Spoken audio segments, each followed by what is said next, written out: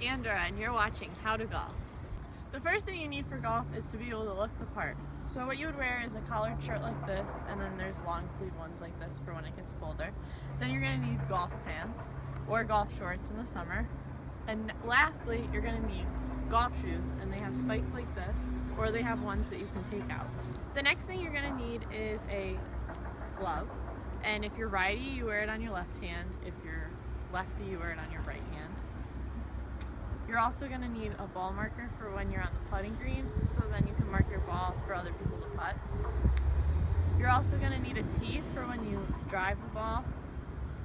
And then lastly, you're going to need a golf ball, which looks like this. And there's different brands of them. And then you need a Sharpie so that you can mark your ball.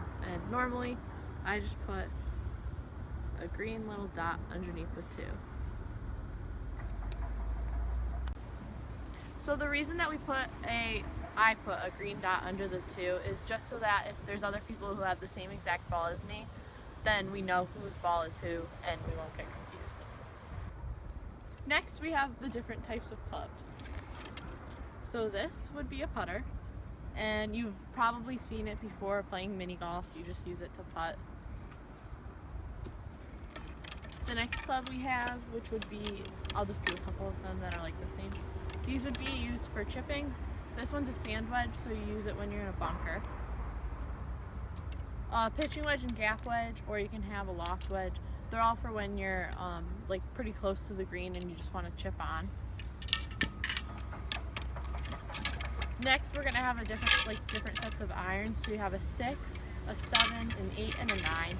And you use the higher club when you're closer to the green, and the lower club, so the 6, when you're farther away. Next, we have our hybrids. So we have a 4 hybrid, a 5 hybrid, and a 6 hybrid, and it works the same way as irons. So if you're farther away from the green, you're going to want to use a 4 rather than a 6. Also, we have a 3 wood, and this you would use if you're like 200 yards or out from the green. And lastly, we have a driver, which is what you normally use on the tee box unless if you're on a par 3. So a grip that you're going to want to be using, for beginners, most people are going to start out using the baseball grip, which is okay. I used to do that too. But when you start to play more, you're going to want a stronger grip. So what you would do is you would take your index finger and your pinky, and you're going to interlock them, called an interlocking grip. Or you can hold it like you're going to hold like a baseball bat, but then take your index finger and put it over your knuckle. So now that you know how to look the part and you know the different types of clubs that we will be using, I'm going to show you how to do a chip shot.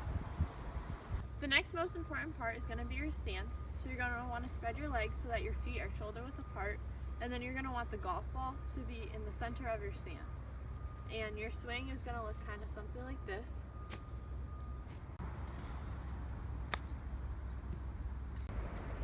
The next most important shot that you're going to need to learn is how to do a tee shot.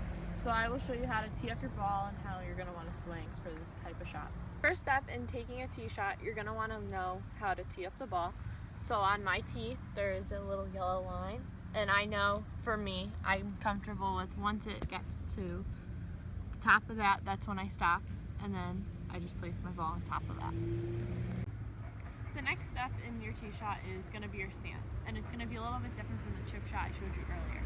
So you're going to want the ball to be in the front of your stance. So as you can see, it's very close to my left foot, and you're going to want to take a really big stance this time.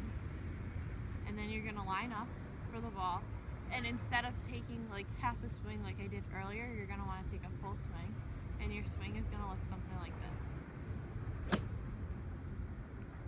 I hope you enjoyed learning the basics of golf, and now you're ready to go hit the links.